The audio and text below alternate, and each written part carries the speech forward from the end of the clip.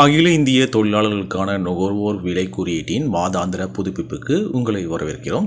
இன்று டிசம்பர் 2024 மாத கணக்குகளை பற்றி விவாதிக்கலாம்.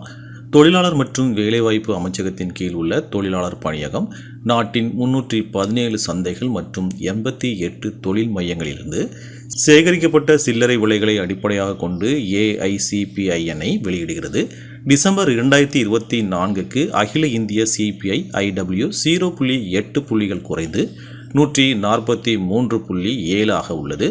இந்த குறைவு கடந்த மாதத்தை விட தொழிலாளர்களின் வாழ்க்கை செலவு சற்று குறைந்துள்ளது என்பதை குறிக்கிறது. டிசம்பர் 2024 வருடாந்திர பணவீக்க விகிதம் 3.53% இருந்தது.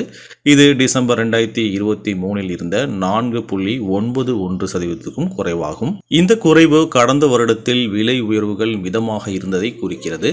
இந்த தரவுகளின் அடிப்படையில் 2025 ஜனவரி முதல் 3% அகவிலைப்படி உயர்வு உறுதிப்படுத்தப்பட்டுள்ளது.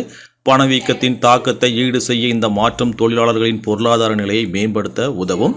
இந்த கணக்குகளை புரிந்து கொள்வது மிகவும் முக்கியம், ஏனெனில் இது ஊதிய மற்றும் பொருளாதார திட்டமிடலுக்கு நேரடி தாக்கத்தை ஏற்படுத்துகிறது.